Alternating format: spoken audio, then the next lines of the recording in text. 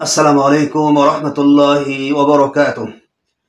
ইন্নাল হামদালিল্লাহ ওয়াস সালাতু ওয়াস সালামু আলা রাসূলিল্লাহ ওয়া আলা আলিহি ওয়া আসহাবিহি ওয়া মান ওয়ালা।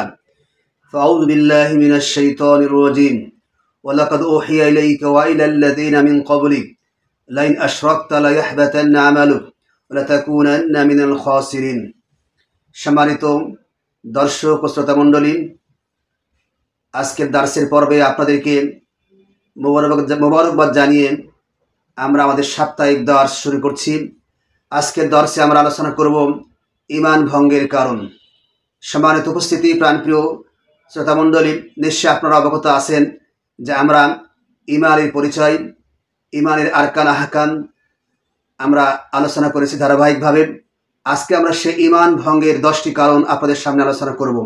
10টি কারণের মধ্যে আমরা আজকে শুধু 2টি কারণ আপনাদের সামনে উপস্থাপন করব। ঈমান ভঙ্গের প্রথম কারণ হচ্ছে আশিরকু ফি ইবাদাতিল্লাহ, আল্লাহর ইবাদতের সঙ্গে শিরিক করা। আল্লাহর ইবাদতের সঙ্গে শিরিক করা। আমরা জানি শিরক হচ্ছে এমন একটি মহাপরাধ। শিরক হচ্ছে আল্লাহর সঙ্গে তার কোনো সৃষ্টিকে অংশীদার স্থাপন করা। আব্দুল্লাহ মাসউদকে আল্লাহ রাসূল সাল্লাল্লাহু আলাইহি ওয়াসাল্লাম বলেছিলেন, শিরক হচ্ছে আন তাজআলা লিল্লাহি নিদ্দান, অর্থাৎ আল্লাহর সঙ্গে তার কোনো সৃষ্টিকে অংশীদার স্থাপন করা। বিশ্ব প্রতিপালক আল্লাহ সুবহানাহু ওয়া তাআলা আমাদেরকে সৃষ্টি করেছেন। যদি কোনো ব্যক্তি আল্লাহকে বাদ দেয় অথবা আল্লাহর সঙ্গে তার কোনো সৃষ্টিকে সমকক্ষ হিসেবে গ্রহণ করে, তাহলে সে ব্যক্তি শিরিক করল। যেমন খ্রিস্টানগণ আল্লাহর সাথে তার সৃষ্ট বান্দা নবী ও রাসূল হযরত ঈসা আলাইহিস সালামকে আল্লাহর সন্তান মনে করত এবং মারিয়াম আলাইহিস সালামকে আল্লাহর স্ত্রী মনে করত, এবং তারা আল্লাহকে ভালোবাসেন নাই, তাদেরকে ভালোবাসত। আবার আমাদের সমাজে একজন মানুষ আছেন যারা কোনো ব্যক্তিকে, কোনো আলেমকে, কোনো নেতা নেত্রীকে তারা আল্লাহর নাই ভালোবাসেন। এটাও শিরক। আল্লাহকে সবচেয়ে বেশি ভালোবাসতে হবে। এরপরে আল্লাহকে ভয় করা নাই, কাউকে ভয় করা, এটা শিরক।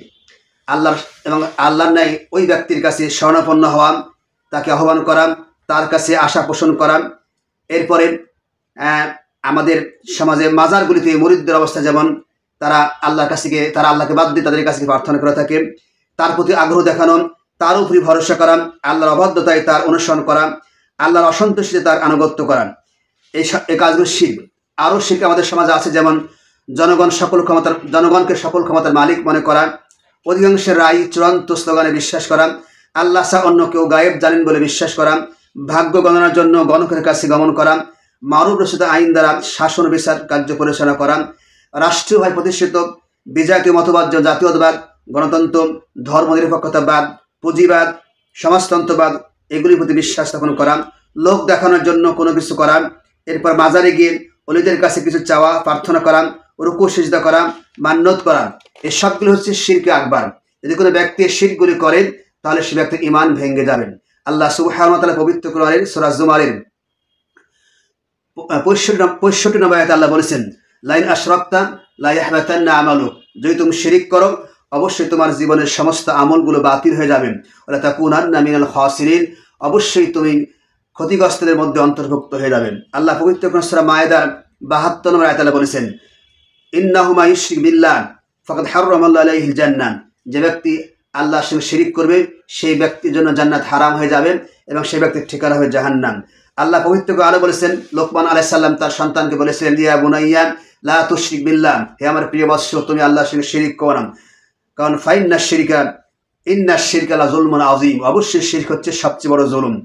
আল্লাহ পবিত্র আরো বলেছেন, ওয়ালাউ আশরাকু লা হাবিতা আনহুম মা কানু ইয়ামালুন, যদি তারা শিরিক করে অবশ্যই তাদের জীবনের সমস্ত গুনাহগুলো, সমস্ত কর্মগুলো নষ্ট হয়ে বাতিল হয়ে যাবে। আল্লাহ রাসূল বলেছেন, মান মাতা ওয়া লা ইউশরিকু বিল্লাহ দাখালা জান্নাহ, যে ব্যক্তি মারা গেলে এমন অবস্থায় যে সে ব্যক্তি আল্লাহর সঙ্গে শিরিক করেছেন, তাহলে সে ব্যক্তি আল্লাহর সঙ্গে শিরিক করে নাই, তাহলে সে ব্যক্তি জান্নাতে প্রবেশ করবেন। ওমান মাতা ওয়া ইউশরিকু বিল্লাহ শাইআ দাখালান নার, যে ব্যক্তি শিরিক করা অবস্থায় মৃত্যুবরণ করবে সে ব্যক্তি জাহান্নামে প্রবেশ করবেন। সুতরাং যদি কোনো ব্যক্তি শিরিক করেন তাহলে সে ব্যক্তির জীবনের সমস্ত ভালো কর্ম, ঈমান সহ সমস্ত ভালো কর্ম ভেঙে যাবে, বাতিল হয়ে যাবে। সম্মানিত উপস্থিতি, ঈমান ভঙ্গের 2 নম্বর কারণ হচ্ছে মান জালাল ওয়াসাইতা বাইনাহু ওয়া বাইনাল্লাহি ওয়া ইয়াসআলুহুমুশ শাফাআ ওয়া ইয়াতাওয়াক্কালু আলাইহিম ফাকাদ কাফারা ইজমাআন, আল্লাহ এবং বান্দার মাঝে যদি কোনো ব্যক্তি কাউকে মধ্যম বা ওসিলা নির্ধারণ করে, তার কাছে কিছু প্রার্থনা করে, ওসিলা বুজুর্গ, ফকির, মূর্তি, মাজার, খানকা, কবর, প্রতিকৃতি, খাম্বা, শহীদ মিনারকে ওসিলা করেন, দোয়া করেন, ইবাদত করে, কিছু কামনা করেন, তাহলে সে ব্যক্তির ইমান ভেঙ্গে যাবেন। আল্লাহ যেমন পবিত্র কোরআনে বলেছেন, আলা লিল্লাহি দীনুল খালিস, জেনে রাখো একনিষ্ঠভাবে ইবাদত করাই হচ্ছে আল্লাহর জন্য প্রযোজ্য, আবশ্যক। ওয়াল্লাযীনা তাখাযু মিন দুনিহি আউলিয়া, যারা আল্লাহ ছাড়া অন্যকে তাদের অভিভাবক হিসেবে গ্রহণ করেছে, মা না'বুদুহুম, যখন তাদেরকে বলা হয় যে তোমরা আল্লাহ ছাড়া অন্যকে কেন ডাক, অন্যের কাছে কেন প্রার্থনা করো, অন্যকে কেন তোমরা মধ্যম গণ্য করো, তখন তারা বলেন, মা না'বুদুহুম ইল্লা লিইকাররিবুনা ইলাল্লাহি যুলফা, আমরা এদের ইবাদত করি এই কারণে যে আমরা আশা করি তারা আমাদেরকে, তাদের মাধ্যমে আমরা আল্লাহর নিকটবর্তী হতে পারবো। সুতরাং যদি কোনো ব্যক্তি আল্লাহ এবং তার মাঝে কাউকে মধ্যম বা ওসিলা নির্ধারণ করেন, তাহলে সে ব্যক্তি ইমান ভেঙ্গে যাবেন। তবে ওসিলার জন্য 3 ধরনের জিনিস বৈধ, 3 ধরনের ওসিলা বৈধ। 1, নিজের কৃত সৎ আমলের ওসিলায় দোয়া করা। 2, আল্লাহর গুণবাচক নাম সমূহের দ্বারা দোয়া করা। 3, জীবিত তাকওয়াশীল ব্যক্তির মাধ্যমে দোয়া করা। এই 3টি পদ্ধতিতে ওসিলা গ্রহণ করলে সেটা গ্রহণযোগ্য হবে। এছাড়া অন্য কোনো পীর বা অন্য কোনো মৃত ব্যক্তি, কোনো অলি বা অন্য কোনো ব্যক্তিকে বা অন্য কাউকে আল্লাহ এবং তার মাঝখানে মধ্যম ধরে তার ওসিলায় দোয়া করলে অবশ্যই শিরক আকবার হবে এবং এর মাধ্যমে সেই ব্যক্তির ইমান ভেঙে যাবেন। সম্মানিত উপস্থিতি, আমরা শুধু আজকে ইমান ভঙ্গের 10টি কারণের মধ্যে 2টি কারণ আলোচনা করলাম। ইনশাল্লাহ বাকিগুলো আমরা পরবর্তী দার্সে আলোচনা করব। সেই দার্স দেখা এবং শোনার আমন্ত্রণ জানিয়ে শেষ করছি। আসসালামু আলাইকুম ওয়া রাহমাতুল্লাহি ওয়া বারাকাতুহু।